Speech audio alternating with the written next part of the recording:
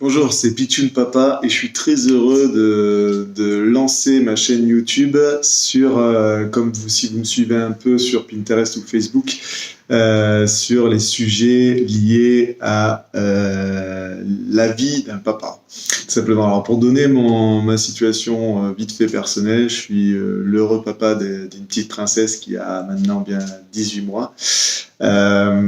Et donc par le biais de mon compte Pinterest ou Facebook que vous pouvez retrouver en lien sous la vidéo, j'essaye je suis un papa comme beaucoup d'autres, hein, premier enfant, donc on essaie de se documenter, on lit énormément d'articles, on essaie d'appliquer plein de trucs. Enfin, on est gavé d'informations et on essaie de se retrouver dans ce monde d'informations, dans cette accumulation d'informations. Mais j'ai voulu pour ma part en plus lancer cette chaîne afin de vous faire part de ma vision et puis de vous présenter des choses sur cette vidéo. J'espère qu'elle vous aidera et surtout qu'elle vous permettra d'enlever quelques doutes, quelques soucis. Enfin bref, n'hésitez pas de mettre des commentaires sous les vidéos. J'essaierai d'y répondre. Je serai sûrement dans la même situation que vous, donc je serai peut-être en même temps, même timé que vous en fonction de vos enfants. Vous serez peut-être plus en avance que moi puisque vous aurez eu 1 voire 2 enfants qui seront plus âgés. Je suis preneur de toutes les informations. Mon but, c'est vraiment de construire un lien avec vous et qu'on puisse discuter sur ce beau sujet qui sont les enfants, l'éducation et tous les domaines liés à nos chers bambins.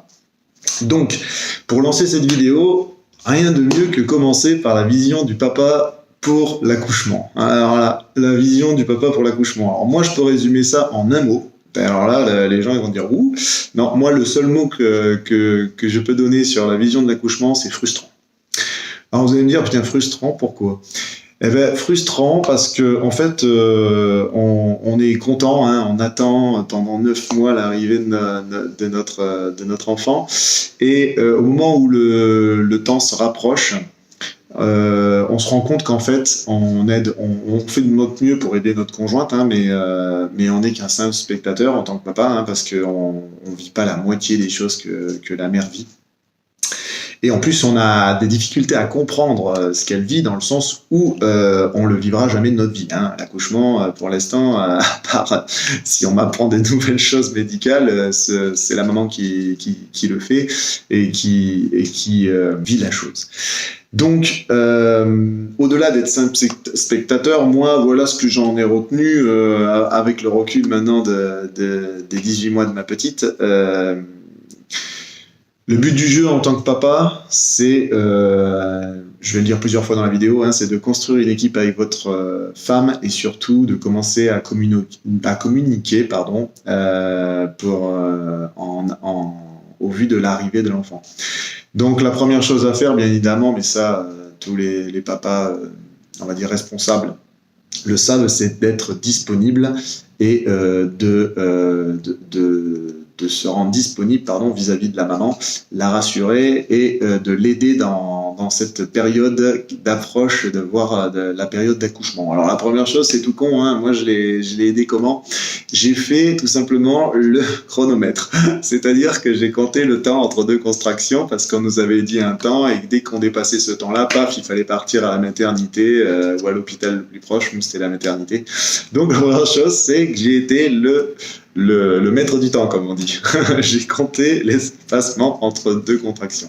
Donc voilà, bon, au-delà de rigoler, là le but c'est le premier temps, dès qu'on approche des 9 mois, que les contractions arrivent, etc., c'est bien évidemment de rassurer votre femme, même si vous avez autant de doutes et de questions et de peur qu'elle, il n'y a pas de problème, et d'avoir bien repéré quand même le trajet pour aller à la maternité et à l'hôpital pour qu'au moins dans cette première étape, tout se passe correctement et qu'on ne rajoute pas de l'énervement ou du manque d'organisation. Le but vraiment, c'est moi ce que j'en ai vécu et ce que j'ai essayé de faire, j'espère, au mieux. J'ai pas tout réussi, bien évidemment, comme beaucoup, on n'est pas parfait, mais c'est de pas être une charge en plus à gérer par votre femme ou voire par le personnel hospitalier ou de la maternité. La première chose, bien évidemment, comme je vous disais, c'est repérer le trajet pour aller à la maternité, être rassurant, accompagner votre femme et être disponible. Donc, moi, pour vous expliquer un petit peu, l'accouchement, nous, ça a duré plus de 24 heures, on a fait le tour du cadran, comme on dit. Et il y a des moments difficiles et qui sont de plus en plus rapprochés à l'arrivée de l'accouchement. Donc là, pour le coup, c'est pour ça que je vous dis frustrant, parce que là, on est vraiment, en tant que spectateur, on peut qu'aider notre conjointe au mieux qu'on peut. On est un peu dérouté parce que malgré la fatigue, etc., on comprend pas tout ce qui se passe. Enfin, pour moi, ça a duré 24 heures, mais il y a beaucoup de gens qui rentrent, qui sortent de la chambre, qui savent ce qu'ils font, hein, c'est des professionnels, mais je veux dire, enfin, on est perdu un peu dans tout ça. Donc le but, c'est de vraiment, dans ces moments-là, oublier sa fatigue, parce que il faut bien se dire que notre conjointe vit une chose qui est à la fois magnifique mais difficile, et votre fatigue, c'est peanuts par rapport à ce que votre conjointe est en train de vivre. Donc il faut vraiment arriver à se remettre en question à ce moment-là et l'aider du mieux qu'on peut. Donc ensuite, il faut être à l'écoute, il faut savoir la rassurer, comme je vous disais, pour enlever les doutes, les pressions envers votre famille, parce que vous allez être l'intermédiaire entre votre famille pour donner les nouvelles et votre conjointe, pardon, et envers bien évidemment votre femme, hein, bien évidemment, pour tout le long de l'accouchement. Donc ensuite, le but du jeu, comme je vous ai dit, moi j'avais par exemple une peur, je fais facilement des malaises vagaux, je sais pas comment on dit, à la vue du sang, donc j'avais une grosse appréhension là-dessus, et de peur de rajouter une charge aux personnes et peur à ma conjointe. Donc le but, c'est vraiment, au fur et à mesure qu'on approche de l'accouchement, et que l'instant arrive, c'est de bien essayer de se connaître et être rigoureux. C'est-à-dire que malheureusement, vous voudrez tous participer à l'accouchement, mais si vous ne sentez pas de voir du sang ou de participer à l'accouchement, parce qu'il y a énormément de monde, c'est un moment stressant, etc. pour tout le monde, vaut mieux que vous attendiez dehors et que on vous mette au courant. Enfin, moi, ça a été très difficile, je voulais être là, malgré mon appréhension, et malgré tout, vous voyez, l'adrénaline étant le clash de toutes les émotions, c'est-à-dire l'appréhension, à la fois le bonheur, la joie, l'envie, enfin tout ça, tout ce moment qui se mélange là en même temps, fait que j'ai réussi à tenir et de pas faire de malaise, et j'ai même réussi à couper le cordon de ma petite. Alors bien, malheureusement dans la salle de réveil, parce que il y a eu quelques complications, mais j'ai réussi à faire ça, et je peux vous dire que au-delà de ces 24 heures et tout ça, malgré la malpeur, etc., vous êtes envahi d'abord d'un bonheur, et vous prenez la réalité en face, et vous, enfin, en tant que papa, concrètement, vous devenez papa.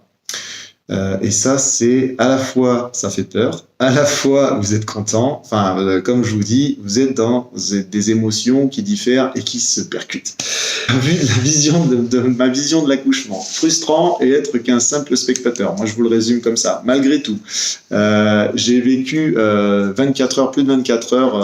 Alors, moment de fatigue de la mère, moment de fatigue de vous, parce que vous devez l'aider, vous devez la rassurer, vous devez essayer d'être une équipe, comme je vous ai dit, et le but d'être une équipe, c'est d'être un très bon coéquipier dans ces moments-là. Vous devez faire l'intermédiaire avec la famille et le milieu hospitalier, etc., pour les papiers après l'accouchement, etc., etc. Dernière chose aussi que je voudrais dire aussi, c'est qu'on pense tout et n'importe quoi de l'accouchement, hein. Alors surtout, ne regardez pas les vidéos d'accouchement à la télé, ça sert à rien à part vous mettre du stress en plus. Votre femme, pareil, je veux dire, faites les séances de prénatal s'il y a besoin. Ma conjointe en a fait. Moi, j'ai pas pu être présent, j'en ai fait une, mais ne regardez pas ces vidéos à la con, n'essayez pas de regarder les informations sur Internet, on s'en fout. Chaque accouchement est différent, vous la gérez d'une manière différente parce que nous sommes uniques, et donc nous gérons les situations de manière personnelle et unique.